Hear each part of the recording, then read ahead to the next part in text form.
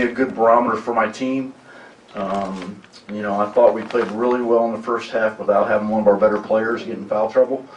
But I thought Kansas played really good. I thought that was the best offensive game they played all year.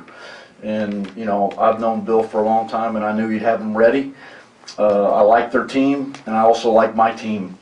But we got in some foul trouble and did some things that we weren't used to doing, and we got to improve on that. But all in all, I think my guys gave us great effort.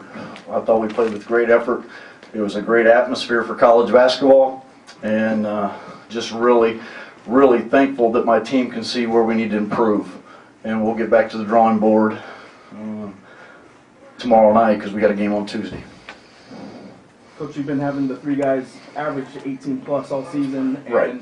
The score from game to game beyond that has kind of changed.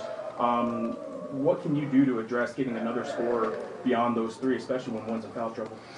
Well, I think, you know, we're getting opportunities. I think guys are getting chances. I just don't know who's going to be that scorer. And, you know, we're playing with our point guard with a hurt wrist that doesn't look to shoot.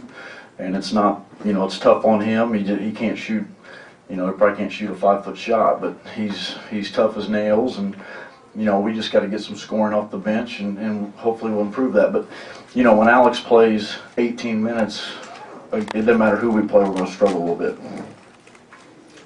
Coach, you guys had it nip and tuck the first half, and the second half right. They kind of pulled away. Is there anything that you saw that kind of allowed Kansas maybe to distance themselves a bit? Well, they came out ready to play in the second half, and I don't think we did. You know, I kept telling them at halftime when we went out before, I said, we need to get a stop, score, and then we'll be right where we want to be. But they did that to us. And they got some easy shots, and the big fella has really improved, and he's a good player. And, you know, that's the best I've seen him play, and I've watched all their tapes offensively all year. But, you know, I kind of knew that they were going to come out and play well. I thought we had them in a good spot in the first half, and we just couldn't get over the hump when they got up. We couldn't get back. We cut it, I think, to 6, had a chance to cut it to 3. I think Cullen missed a shot to cut it to 3, and then we just couldn't get there. So that was the big difference. I think their little run there when I had to take the timeout was the difference. What do you think of Terry Ellis's game? I think he's a good player. He's really improved. I think he's playing with extreme confidence. I think he's got some great confidence going. He's very talented. He's, you know, he made some jump shots, and we were kind of telling our guys that, you know, he's got 17-foot range, but he made some shots and he made some plays.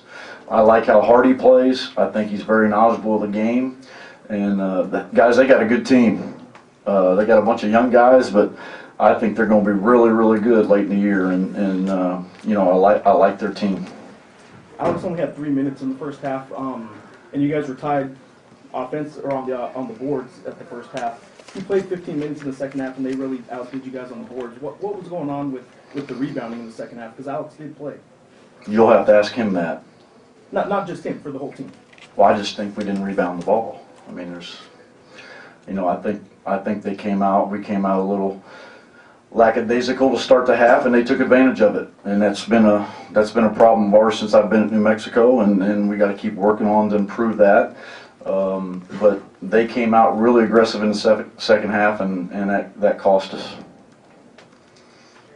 Was Cam cramping up? Is that what was going on? Yeah, he's just got cramps. I mean, I had to play him 20 minutes, and I know a lot of you guys haven't seen the kid play. I mean, you might have seen him on film, but you're never going to find a kid that plays harder than he does. And when he has to play 20 minutes in the first half because of foul trouble and we couldn't get him a blow to stay in the game, you know, he's using a lot of energy, and he plays so hard, and he just started cramping up.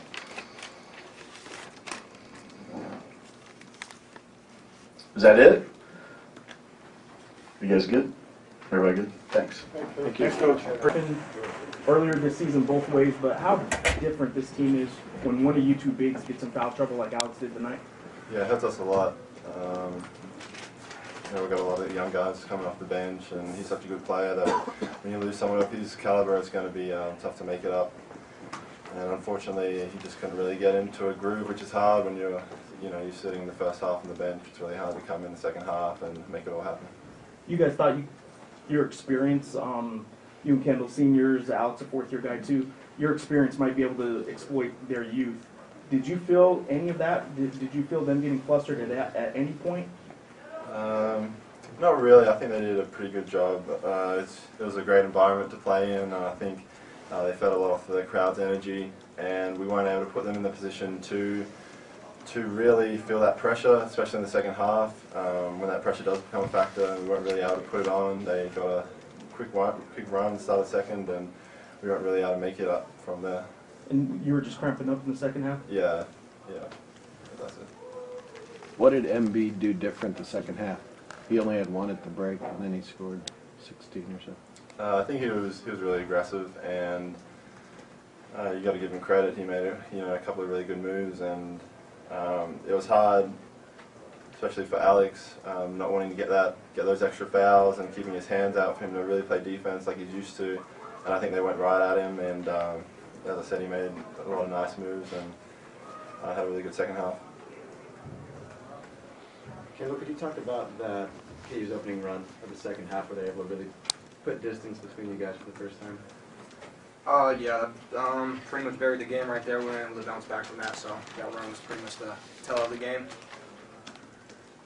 Kendall, you had that 4-point play to cut it to 5 with 8 minutes to go, and Wiggins got his 4th foul. It seemed like things were going your way right then. What, just couldn't quite get over the hump, or what happened there? Yeah, we thought we had some momentum. Then I had a couple turnovers. They got in transition a little bit, and just started making some shots. Really, execution-wise, we were doing the same things, but throughout the game. But I think a couple of turnovers, and then them just making some outside shots really swung it back in their favor, double digits. And I'll ask Cam the same thing. I'll ask you. Just you guys came in thinking the experience on this team could exploit some youthfulness on their team, and I don't know that I saw it at any point. Were you surprised that they kept their composure even when you guys kept making runs in the first half? Sometimes that stuff's overrated. You gotta go out there and play the game. They have a lot of skilled players. They have a junior who had their most points, and a bunch of freshmen that did okay, but they were led by a junior, so the experience is whatever you want to make it, but they just executed more and made more shots than us. Coach talked about the second half. He was a little surprised that you guys came out lackadaisical. What was it coming out of the half that you guys, was there something, were you guys just surprised that they made the run? Was there something specific? Sure, I'll take it. I don't know. We felt really good after halftime. Really fought them off with AK out most of that first half. It was really just boiled down to that run. We came out a little lackadaisical, but they didn't make their run until single digit minute mark. So that was really the story. I don't know how we could have came out much better unless we had a lead. And just one last one, the three of you guys, obviously it's been asked a lot back in Albuquerque, three of you guys averaging 18 plus, haven't really found a consistent fourth scorer yet. Games like this, when one of the big three kind of goes down in foul trouble, it really gets exploited. Is there anything you guys as seniors can do to really get somebody else going for that fourth scoring option? I think it's tough, and especially with Hugh being hurt, not being able to shoot the way he usually does, and losing. I mean, we did have a lot of options last year, and that's one of the reasons why we were so successful.